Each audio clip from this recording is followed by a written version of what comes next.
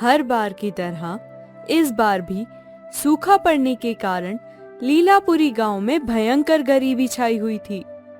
इसलिए सभी के घरों में रोज रोज हाय तौबा मचा रहता था। बस बहुत हो गया, अब इस गांव में मैं एक और पल नहीं रहूंगी। जा रही हूँ मैं अपने मायके। वहाँ मेरी भाभियाँ भले ही ताने देकर 2 रोटियाँ देंगी, लेकिन कम से कम रोटी तो नसीब होगी। यहाँ तो उसका भी ठिकाना नहीं। अरे भाग्यवान, तुम तो फालतू सारा घर सर पे उठाए दे रही हो। घर नहीं, झोपड़ी कहिए, टूटी फूटी झोपड़ी। हाँ बाबा, झोपड़ी। बस खुश। मैं क्या कह रहा था कि तुम तो फालतू में सारी झोपड़ी सर पर उठाए दे रही हो।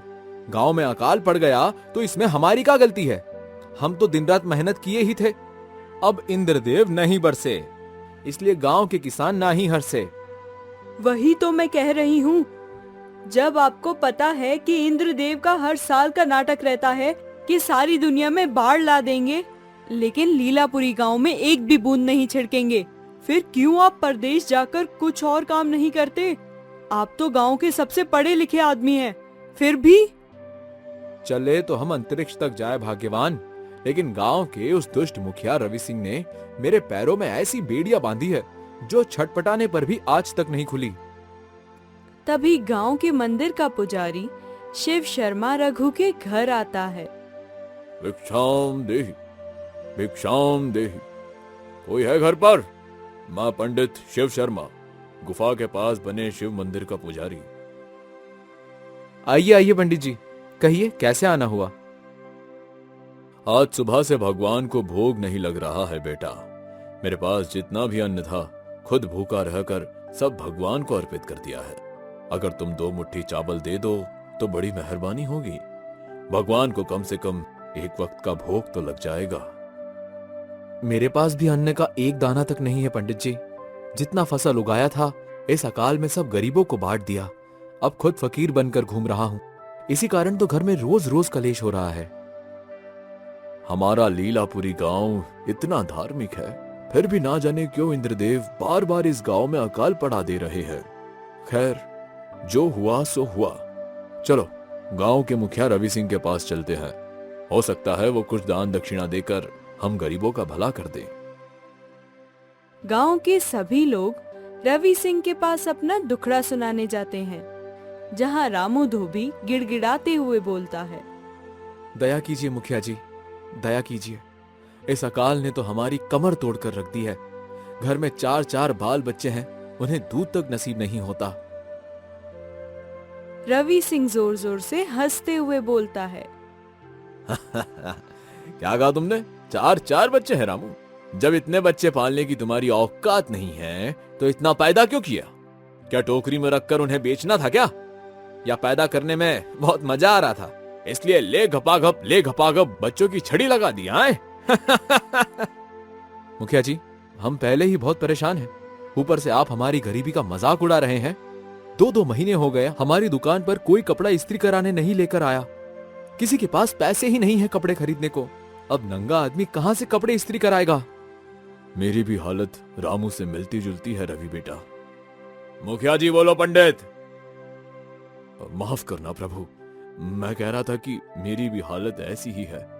मुखिया जी कोई मंदिर में चढ़ावा ही नहीं चढ़ाता, इसलिए भगवान के भोग का इंतजाम भी नहीं हो पा रहा है। अभी रघु के पास भिक्षा मांगने गया, लेकिन उसने भी अपने हाथ खड़े कर दिए। रवि सिंह कुछ सोचते हुए बोला। हाँ, लगता है इस बार अकाल पिछले सभी अकालों से भी ज्यादा भयंकर है, जिसने तुम सभी को बिल्कुल ही भूखा नंगा कर दिया है। मेरे पास तुम सभी के लिए 2 वक्त की रोटी का जुगाड़ करने का एक उपाय है। तभी पास में खड़ा हुआ घीसू नाई चहकते हुए बोला। क्या उपाय है मुखिया जी? जल्दी बताइए। मेरा उस्तरा भी किसी ग्राहक की चाह में बिल्कुल जंग खा गया है। इस गांव के लोग तो पैसे बचाने के लिए अपनी दाढ़ी मूंछ तक नहीं कटवाते और लंबे लंबे बालों का जत्था उगाए बाबा बने घूमते हैं। तुम सभी अपनी अपनी जमीनें मेरे पास गिरवी रख दो और उस पर जो जो मैं कहता हूँ वो उगाओ। बदले में मैं अपना लगान काट कर जो भी आमदनी होगी उसका एक हिस्सा तुम सबको हर महीने वेतन के रूप में दे दूंगा। बोलो मंजूर है? सभी गांववासी कानाफूसी करते हुए एक दूसरे को देखते हैं। तभी रवि सिंह जोर से बोलता है। अब इसमें इतना सोचने वाली कौन सी बात है भाई? ई रघुआ से पूछो, इसने हमारे साथ ऐसा ही अनुबंध किया है। क्यों रघुआ, तुम्हें 2 वक्त की रोटी आराम से मिल जाती है कि नहीं? रवि सिंह तिरछी नजरों से रघु को देखता है। रघु सकपकाते हुए बोलता है, जी मालिक, आप सही कह रहे हैं, सही कह रहे हैं आप। सभी गांववासी रवि सिंह के पास अपनी अपनी जमीन गिरवी रख देते हैं। रवि सिंह उनसे अपने खेतों में जमकर काम करवाता है और ना करने पर गुंडों से उनकी पिटाई करवा देता है। 1 महीना बीतने पर 1 महीना पूरा हो गया है। इस महीने का वेतन दो रवि बेटा। मेरा मतलब है मुखिया जी। ठीक है, ये लो, इस महीने का तुम्हारा वेतन पूरे 900 रुपये। केवल 900 रुपये? लेकिन आपने तो आमदनी का एक हिस्सा देने को बोला था मुखिया जी। हाँ, तो एक हिस्सा ही तो है ये। मुझे तुम्हारे द्वारा उगाए गए फसलों से 9,000 की आमदनी हुई, उसका एक हिस्सा ये 900 रुपये। पकड़ो, रोज के 30 रुपये हुए। इससे तुम 2 वक्त की रोटी आराम से जुगाड़ कर सकते हो। सुबह के 2 और शाम के 2। आप हमारे साथ छल कर कर अच्छा नहीं कर रहे हैं मुखिया जी। मैंने कल आपको 90,000 में फसल बेचते देखा है। रवि सिंह गुस्से से आग बबूला हो चीखते हुए बोला, पंडित, तुम्हारा काम केवल मेरे खेतों में काम करना है। मैं क्या करता हूँ क्या नहीं, ये देखना नहीं। तुम्हें इसकी सजा जरूर मिलेगी। रवि सिंह के इशारा करते ही ढेर सारे गुंडे जमा हो जाते हैं और पंडित शिव शर्मा की लाठी डंडों से खूब पिटाई करते हैं। वो दर्द से कर्राते हुए बोलते हैं, मुझे मेरी जमीन वापस कर दीजिए मुखिया जी। मैं भले ही भूखा मर जाऊंगा, लेकिन आपकी गुलामी नहीं करूंगा। रवि सिंह जोर जोर से हंसते हुए बोलता है, तू क्या, तेरे बाप को भी मेरी गुलामी करनी पड़ेगी पंडित। देख, जिस अनुबंध पर तूने हस्ताक्षर किए उसमें क्या क्या लिखा है। रवि सिंह पंडित शिव शर्मा को अनुबंध का वो कागज देता है जिसे वो कांपते हुए पढ़ते हैं। शपथ संख्या 1, मैं आजीवन मुखिया रवि सिंह के खेतों में काम करूंगा, चाहे वेतन कितना भी हो। शपथ संख्या 2, मैं कभी भी गांव छोड़कर परदेश नहीं जाऊंगा।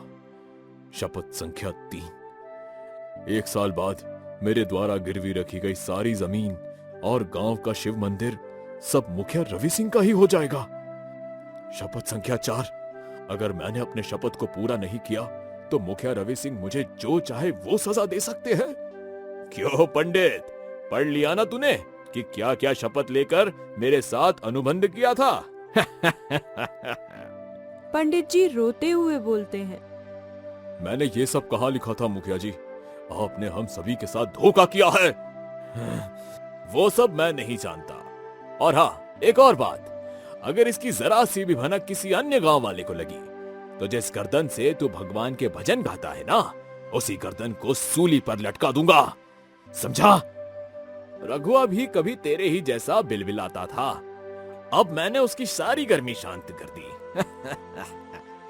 रवि सिंह इसी तरह सारे गांव वालों से अपने खेतों में जमकर काम करवाता है और जब पैसे देने की बारी आती है तो अपने लगान के पैसे काटकर उन्हें औने पौने दाम देकर भगा देता है।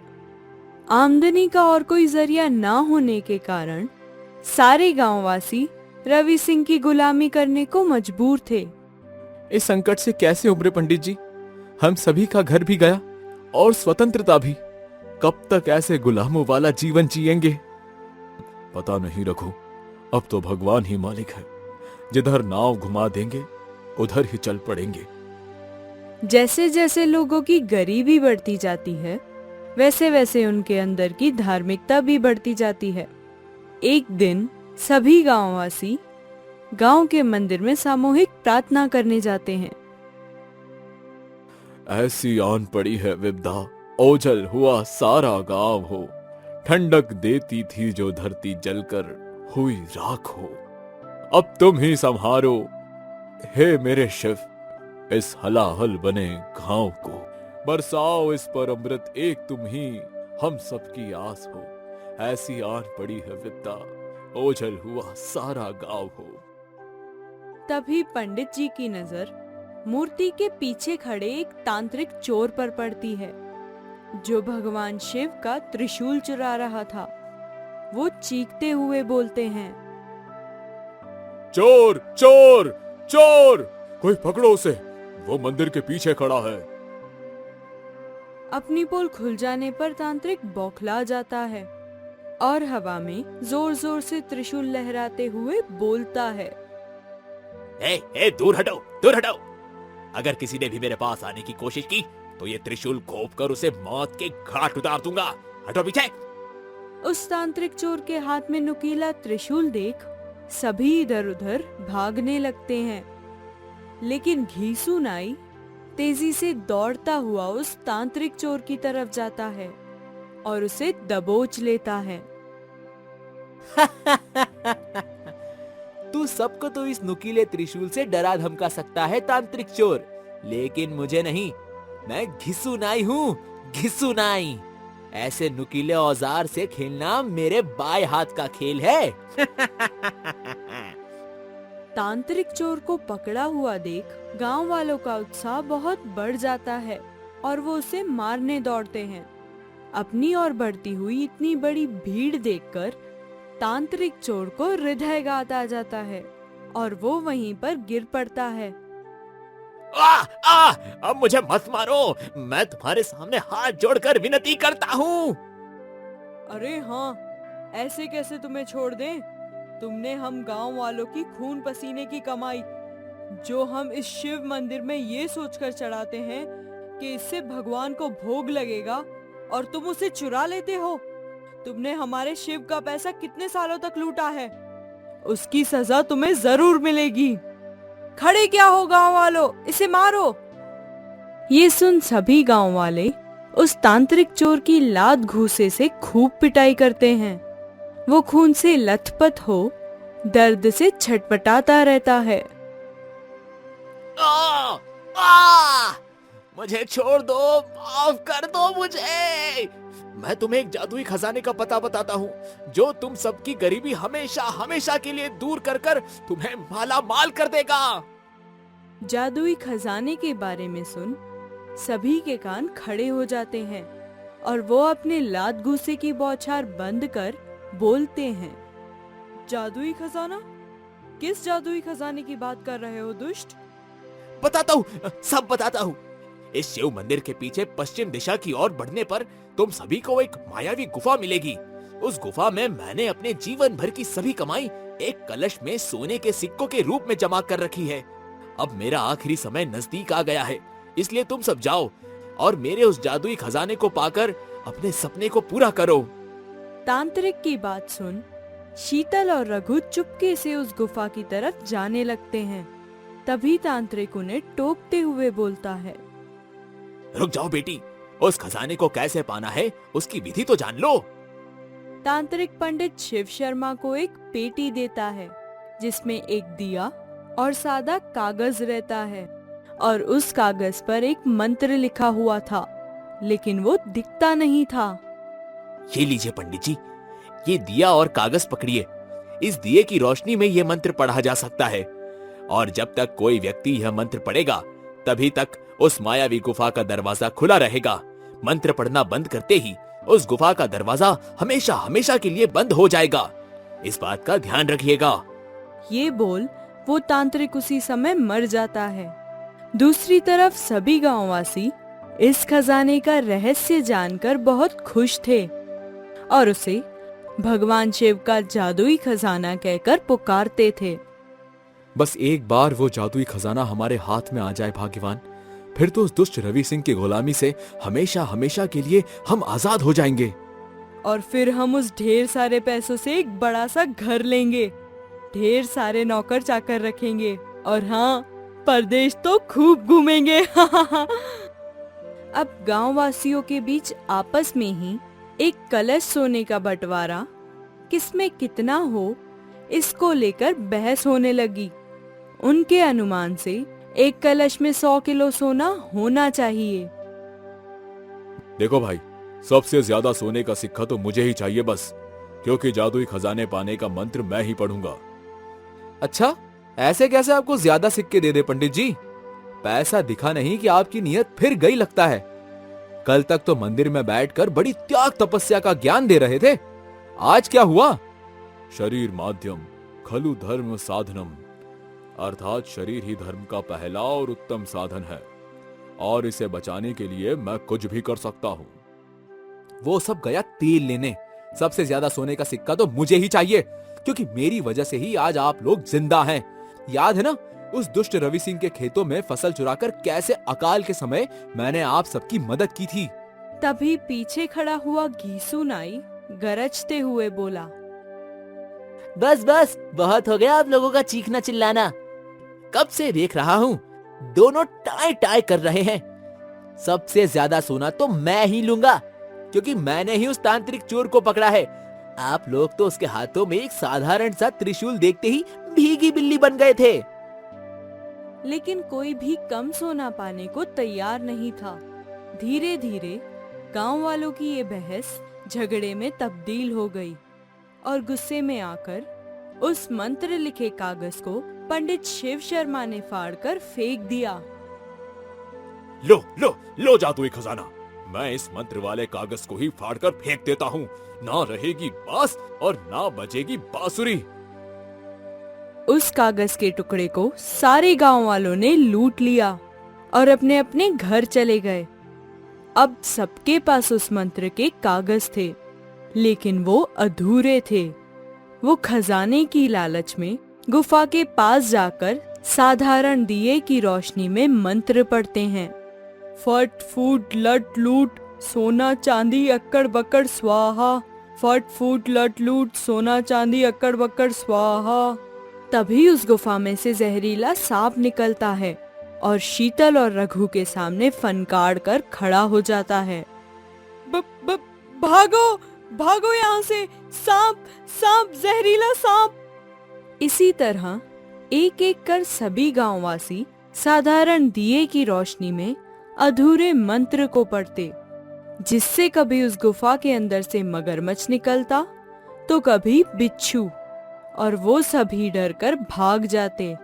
अंत में सभी ने एक होने में ही अपनी भलाई समझी और वो खजाना मिल बांट कर लेने का निश्चय किया। देखो भाइयों, कहा तो हमें खाने के भी लाले पड़ रहे थे और हम दिन भर रोक आकर भगवान से प्रार्थना करते रहे। अब जब भगवान ने हमारी प्रार्थना सुन ली तो हम आपस में ही लड़ाई झगड़ा कर रहे हैं।